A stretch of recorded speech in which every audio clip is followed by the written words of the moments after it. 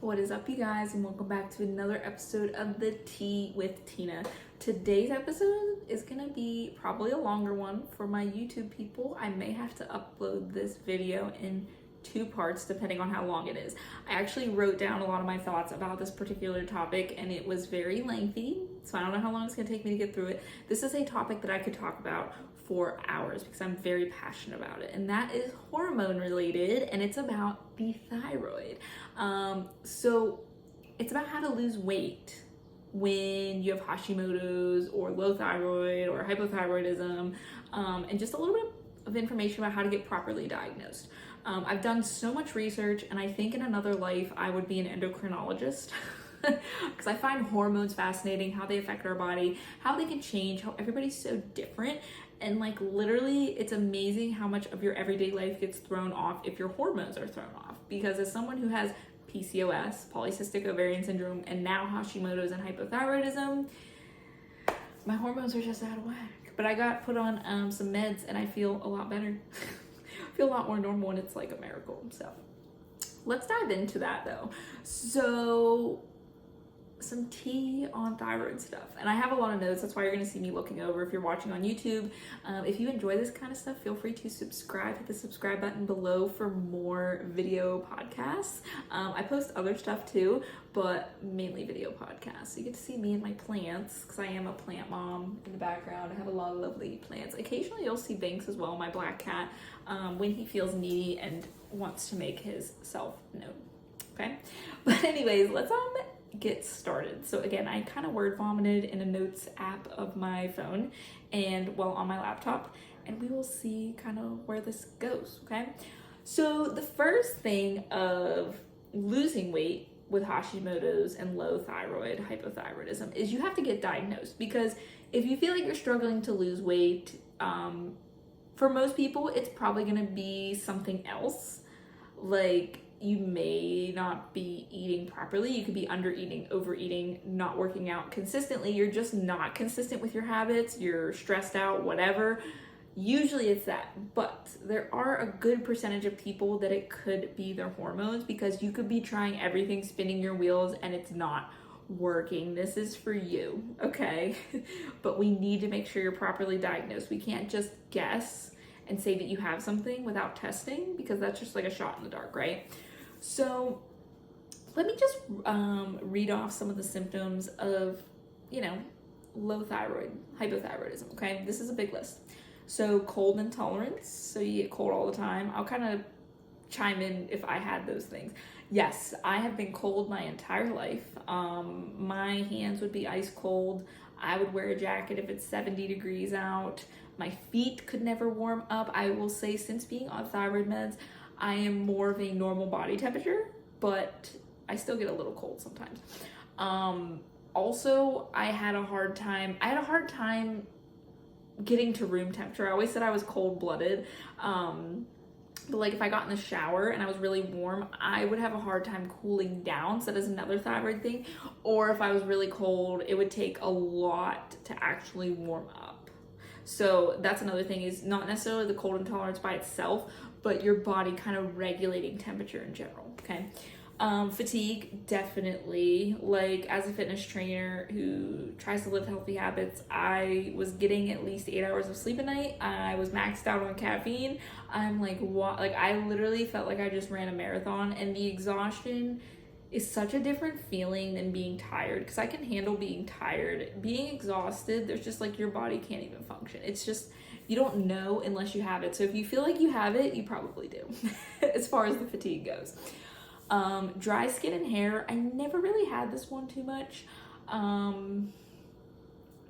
Yeah, but it's there.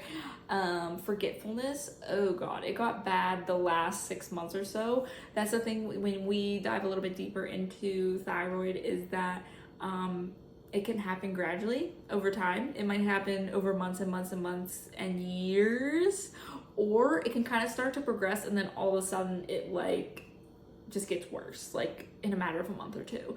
It kind of depends on the person and the progression of the disease. So especially if it's Hashimoto's. But with forgetfulness, yes, I would like be talking and then just forget what the word was. Guys, when I was recording these podcasts, very challenging, but I tried to push through for you guys, which is why I kind of did a lot more open-ended talking, because it came a lot more natural to me, but I would still struggle to like, I'd be worried that I wouldn't be able to know what I was gonna say next, okay? And just keeping up with my thoughts. Brain fog. That was a huge one. I already experienced brain fog from different types of birth control methods, which if you scroll back into the earlier episodes, like under episode 10, I have, I think it's like episode 2 or 3, I talk about my birth control journey, because that also messes with your hormones, and I had a lot of brain fog. Again, you kind of just feel like you're in a haze. You gotta like kind of push through to remember certain things. And you don't really realize that you have it until you don't have it, which sucks. But yeah. Depression, okay, irritability for sure, constipation, kind of, I had this, it just depends, like, I wouldn't necessarily have a bowel movement every day unless I was really, really hydrated or drank a lot of caffeine. Now, and the consistency of them, they would be either really watery or really dry, sorry for TMI, but now they're just more normal, way more normal, and I'm going a lot more frequently in a good way. Menstrual irregularities, that's not a common one. My PCP straight up told me that having irregular periods has nothing to do with thyroid, but it does, just so you know. So I'm hoping, I don't know if it'll help with anything, because I have kind of a lot of different things going on down there. Like they found some polyps, which could also be blocking me having a period. I might have just ovarian cysts, but sometimes regulating your hormones can help kind of fix some things, so we'll see. I'm assuming it might take a little bit of time, because I've been on meds for about 2 months, I'd say now.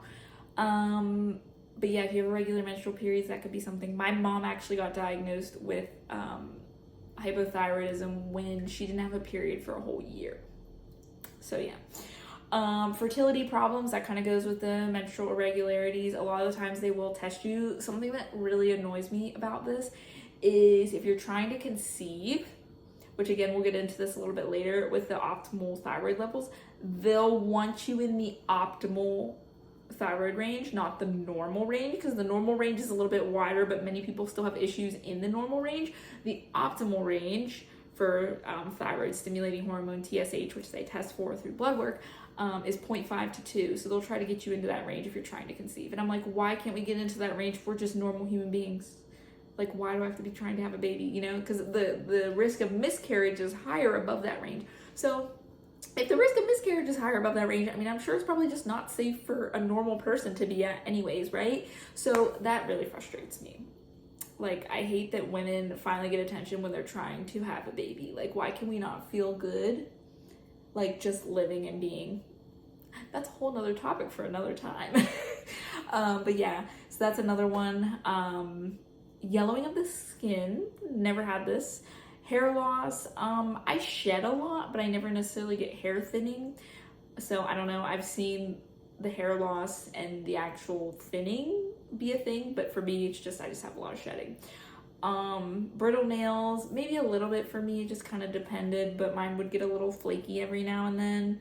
Muscle cramps, I could see that happening. I did notice with my training, I felt very weak, and they do talk about like muscle wasting, like just because of how your metabolism is with your thyroid, because your thyroid literally like controls everything down to a cellular level in your body. I just felt like no matter how much I trained, like I wasn't gaining any muscle, and I was getting weak, and it just didn't matter. I just felt flat, and like my muscles were squishy despite training all the time.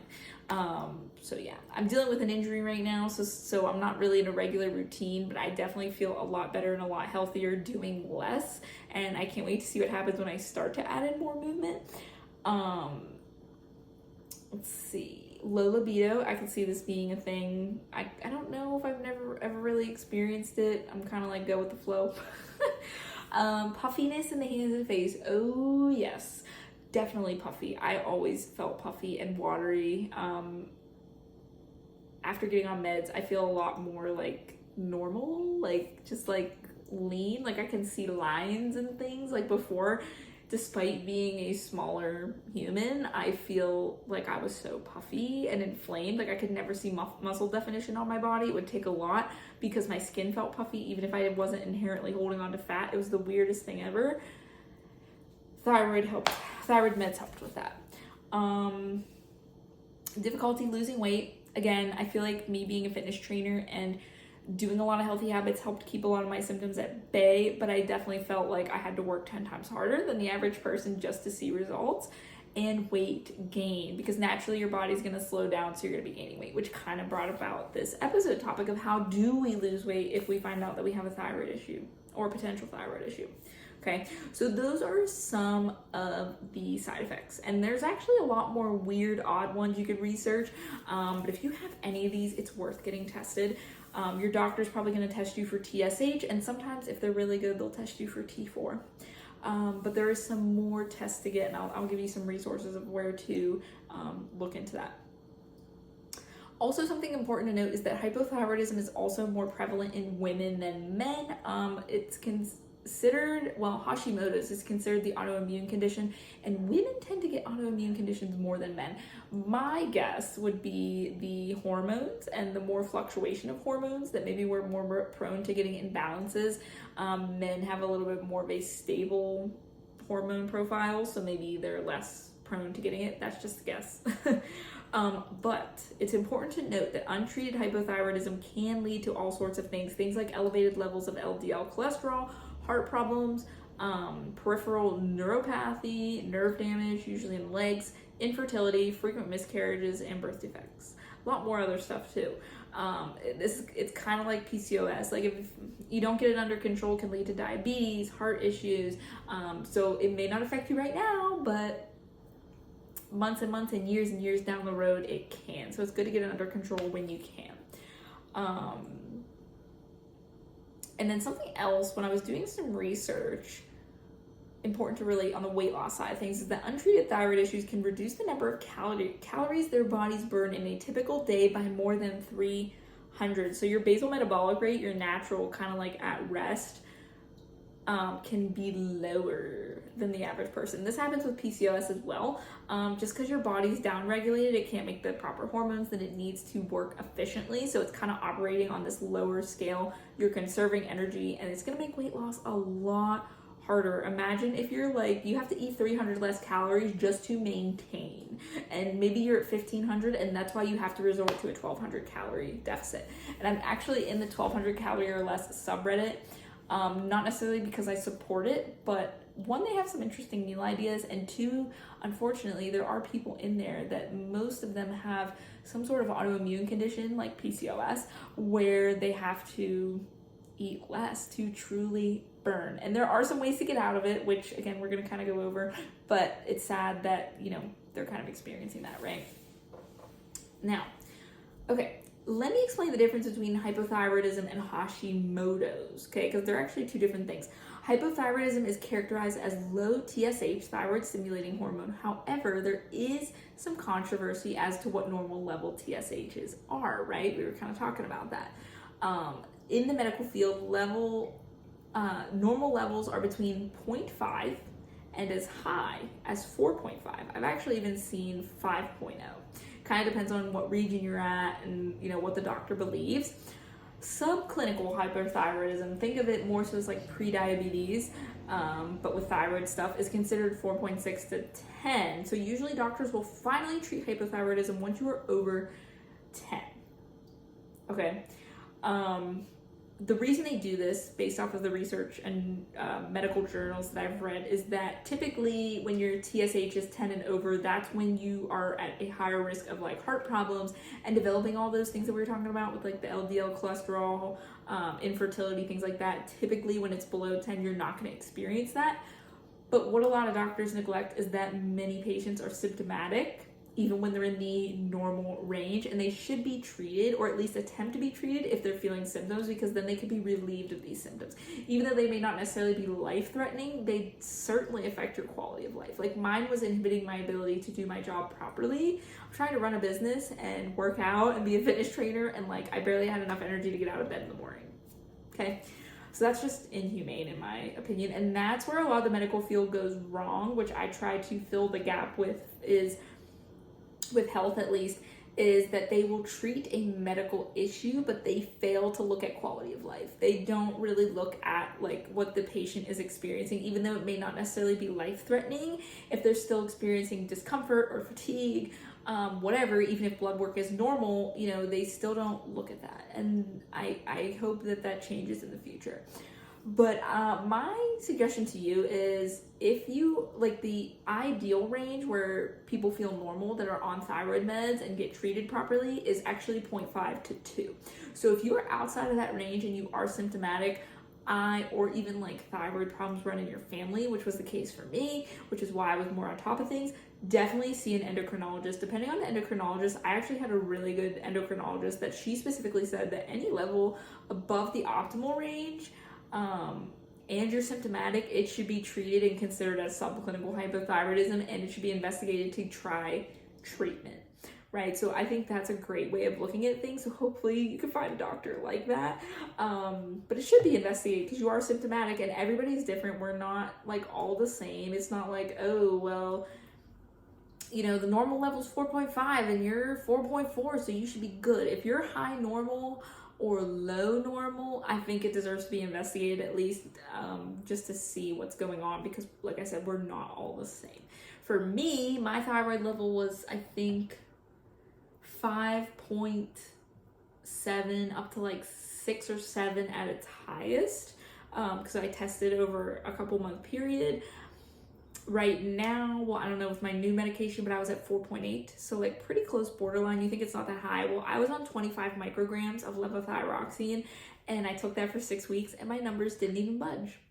So she had to double my medication, even at 4.8, just to get them to come down. Because in my head, I thought, oh, well, if my numbers aren't as high, it's not going to take as much medication to bring it down. But that's not necessarily the case, right? It just depends on the person. Okay, and then let's say you get tested, okay, and your levels are elevated with blood work. One thing to note when you get tested is try to test yourself in the optimal range, right? So you're going to go in for this TSH test.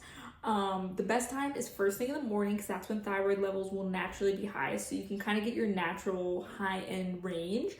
And I like to fast just to eliminate any outsiders, but they say fasting doesn't necessarily affect anything, but something important is no biotin, because biotin can falsely change your results. I've actually seen it both ways, that it can falsely elevate and falsely decrease, so just no biotin. Like for instance, my energy drink has biotin in it. I take my multivitamin with biotin, so I try not to have any biotin for at least 3 days to get it out of your system, okay?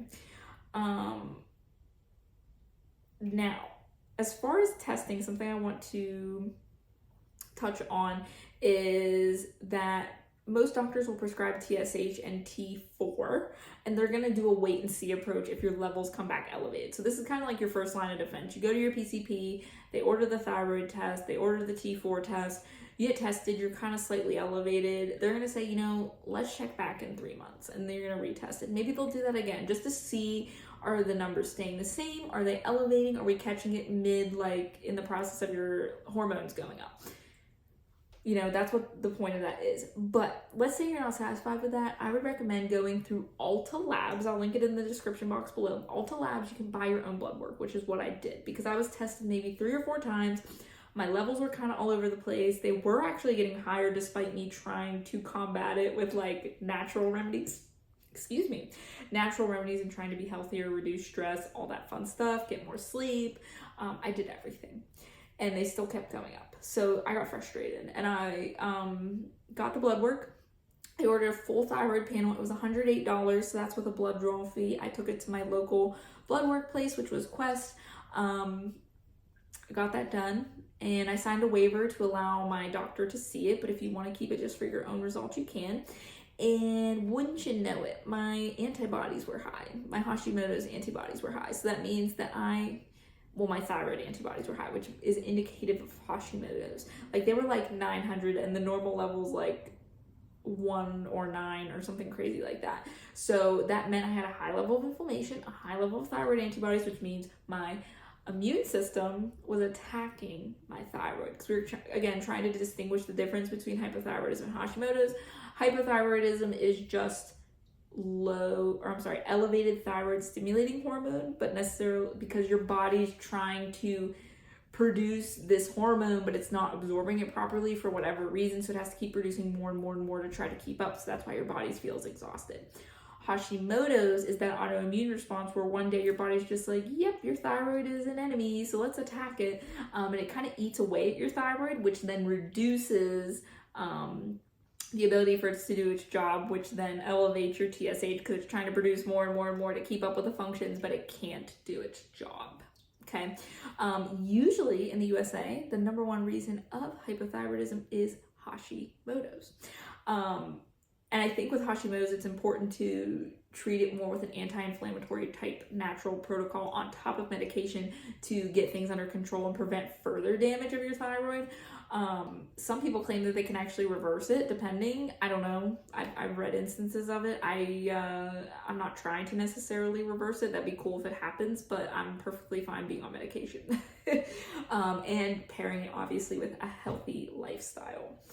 So, that's the number one cause in the US. About 80% of cases, I think a little bit more than that, are due to Hashimoto's for hypothyroidism. In other parts of the world, though, that's not the case.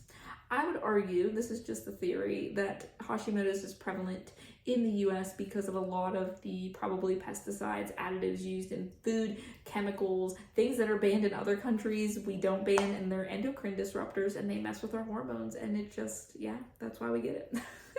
Just a theory though. Now let me see, because I have a ton of notes, so I'm gonna see where we're at. So pretty much my antibodies were high. It does check for T3 as well, because sometimes T3 levels can be wonky. My T4, it was important to note that my T4 was low normal, and I noticed when I got thyroid meds, it's slowly starting to bump up. The normal range is usually 1.1 to 1.8. I was actually at 1.1.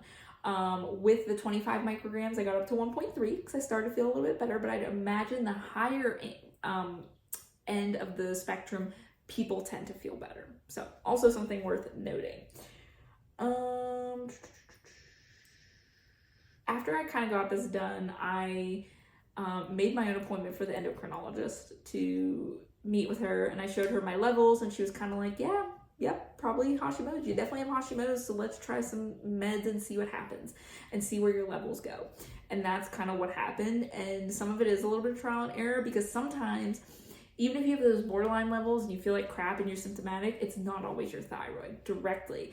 There's some instances where if you're really stressed out or going through a stressful period in life, you're maybe not getting enough recovery, your thyroid levels can actually temporarily elevate.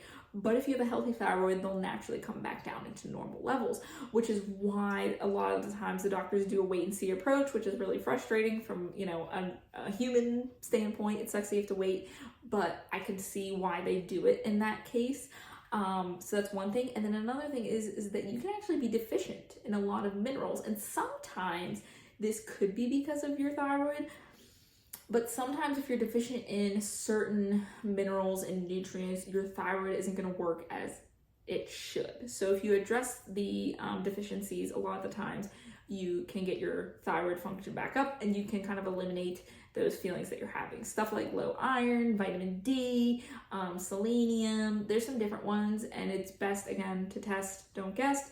Get your doctor to run a panel. If they won't, go to Ulta Labs, order your own panel, see where you're at. My vitamin D levels were normal, my iron levels were normal, everything was normal. Funny enough though, again, going back to make sure that you're not low or high normal, because that's worth investigating. Going back on my blood work, I remember my white blood cell count last year was low normal. And in my head, you think white blood cell count, that usually has something to do with cancer. So you kind of freak out and you're like, oh, it's kind of on the lower end. It's still normal, but what's that about? So I looked into it, and they said oftentimes people with a low white blood cell count is indicative of an autoimmune condition, because it suppresses immune function and your body's not working the way that it should. And I was like, weird. It was it kind of showed a prediction, right? So again, that's another reason to investigate things like that. It may not get you a diagnosis, but it can kind of give you some clues and make an educated guess, right? So we have that. And again, I mentioned this before, but I was on top of my thyroid numbers because my mother and grandmother suffered from thyroid issues. They were originally hypothyroid, and then they became hyper, and then they had Graves' disease, and then they had to get their thyroid removed. Because Graves' disease can be very dangerous, and this is why I kept pushing for testing, because my mom got diagnosed at the age of 27, and wouldn't you know it, I got diagnosed at the age of 27. Now, she was a smoker, my grandma was a smoker, they did not have a healthy lifestyle. I heard smoking can exacerbate the symptoms. Also, the way they treated thyroid back then was a little differently. We're talking like the 50s and the 70s and 80s, and they might have not treated it the right way, which is why my mom might have swung to hyper and got Graves' disease. I'm not 100% sure, but I thought it was kind of interesting. Now, also, something worth mentioning is you got to be your best advocate and your own advocate, because I was shocked to hear how many people, when I was reading things, were told that they were just getting older. It's a sign of getting older. And I'm like, really? This is a sign of getting older. I'm 27 years old. Like, you should not feel the aches and pains of getting older. I'd probably say well into your 50s or 60s if you're taking care of yourself, okay? Just something worth noting. I thought that was very frustrating.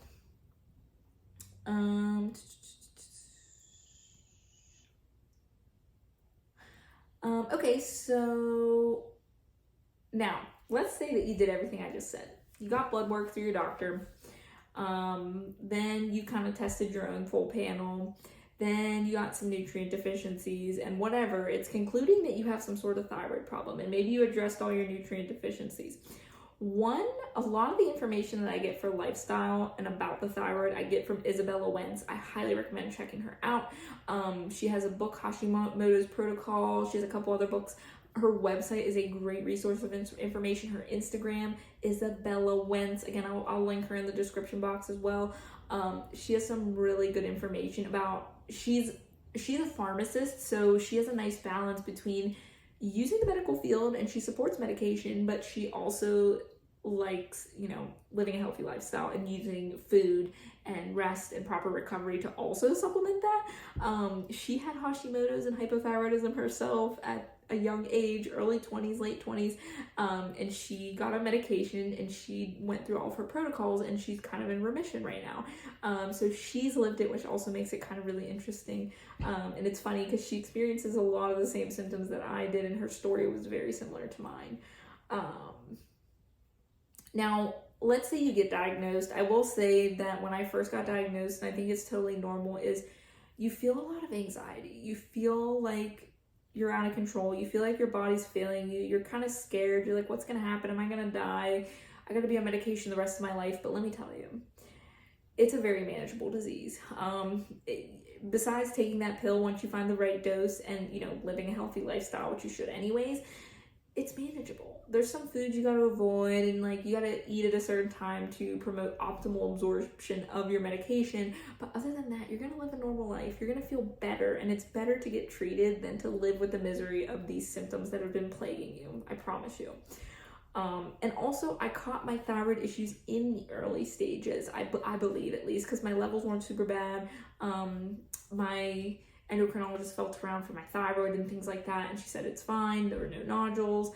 But I think also because of my family history, that brought a little bit more attention to the doctors, which is sad because I'm kind of glad that I had that. But imagine if I didn't have the family history to back it up, I don't know if I would have probably gotten diagnosed as early as I did. They claim it takes 10 years to really get a diagnosis, which is sad. But I was a little bit more aggressive because I wanted to get diagnosed, because I knew in my gut that something was wrong. So definitely listen to your gut. Don't give up. Don't be afraid to get a second opinion. Even Isabella Wentz has some approved doctors that you can reach out to get diagnosed and get prescribed medication if maybe someone around you isn't giving you the answers that you want. Blah, blah, blah. I really, really rambled on in this post. But okay, when you get medicated, I told you I started at 25 micrograms, and then I'm bumped up to 50 right now. I feel pretty good. I'm going to be tested to see what my levels are like.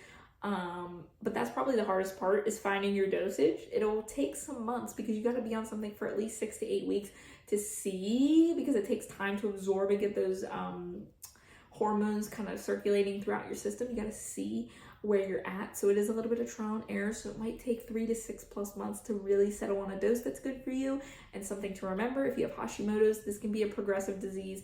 You're going to have flare-ups, and maybe your body's going to eat away at your thyroid a little bit more, and you're going to need to up your dose. So if you feel like you're feeling crappy and you're starting to get those symptoms again, might be worth getting retested to see if you need to change your dose and up your dose. Okay, so that's something also to be aware of.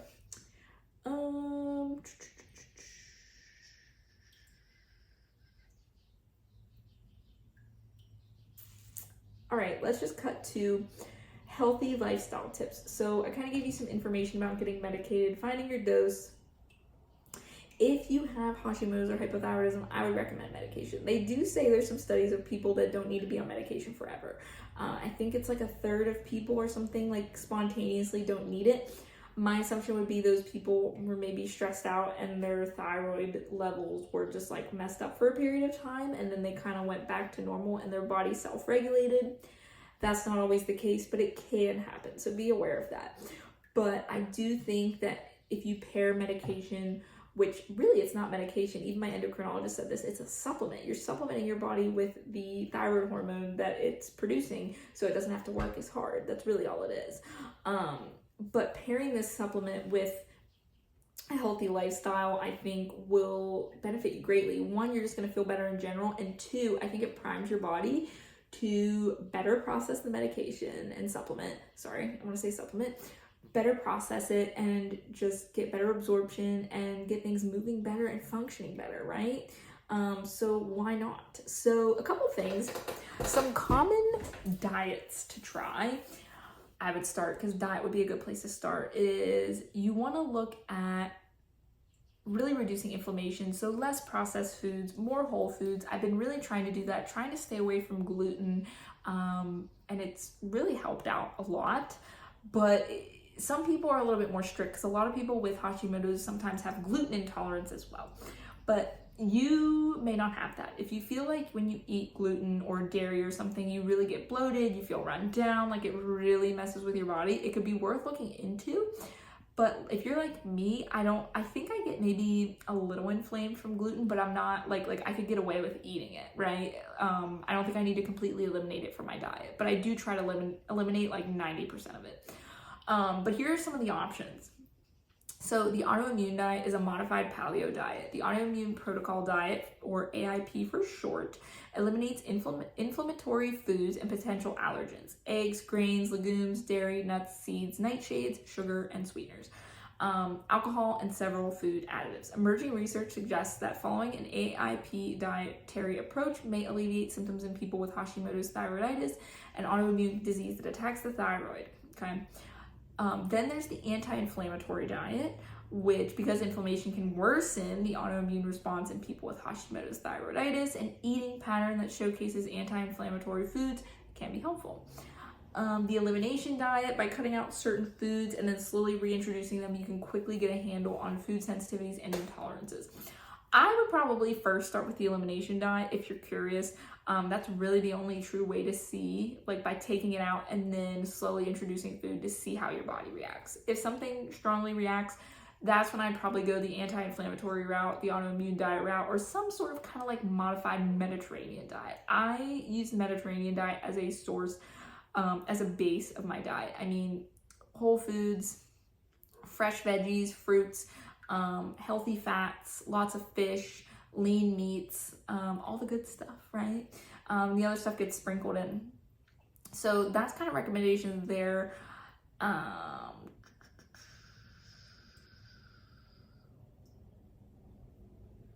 I'm reading. And then also kind of just building a solid foundation with the basics. I always preach the basics, so start to get in some regular movement. Start with 20 to 30 minutes a couple times a week, 3 to 5 times a week, whether it be a yoga class, going for a walk, you walk your dog, you garden, you kayak, you work out at a gym, you get a strength training program, you do cardio, you attend a boot camp, like whatever it is that's going to get you moving, just move regularly, okay? I also just did a podcast episode about this, about stop exercising, and it's how you reframe your mindset from exercising to movement. If you want to go check that out, it's a couple episodes back. But also getting the diet under control. So at the very bare minimum, more whole foods, less more anti-inflammatory foods. Stress reduction is a big one. Again, that causes inflammation. So yoga, breath work, just make time to chill. 20 minutes of you time a day, whether it be reading a book, just sitting there watching TV, like something.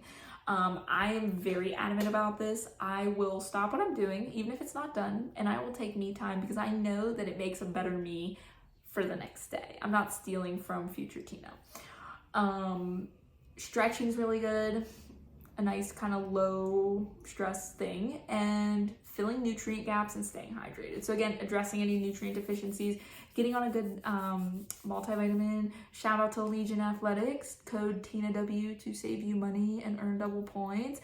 I love their stuff. They're all clinically dosed, natural ingredients, no fillers, the best quality ingredients. Like, that's what I've been taking. I take their fish oil, their multivitamin every single day, and I supplement with some extra stuff as needed. A lot of my clients love their pre-workout. They just came out with, sherbet flavor pre-workout, so I'm kind of interested to see what that's about. Excuse me, I don't know why I'm so burpy. That's terrible for a podcast, but I'm sorry. Anyways, and then staying hydrated. Obviously, drinking water is important. Again, it kind of helps lubricate everything, gets our body efficient, flushes out any bad stuff. Yes. So yeah. Wow, that was a lot. Okay, we're at 36 minutes. That's not terrible. This is shorter than I thought. I could keep going and I could keep ranting, but I hope you learned a little bit about the process of kind of getting tested. So get tested. Make sure to explore blood work further if needed. Try to get medicated if you have something. Try to address any nutrient deficiencies. And then once that happens, because once you get medication and you get your levels normalized, it levels the playing field for you. Now you're actually able to lose weight like a normal person, but doing that requires adding in lifestyle things, eating in a way to reduce inflammation and any flare-ups, moving regularly, stress reduction, all that stuff, and watch the weight fall off, okay? I hope you enjoyed this episode. If you did and you want to hear more, be sure to subscribe. Hit that subscribe button for my YouTube listeners. Follow along on whatever podcast platform you listen on. It would also mean a lot if you would leave me a review. For my podcast listeners, leave a comment below if you're in YouTube. But until next time, guys, I think that's all I got for you. Again, until next time, chat soon.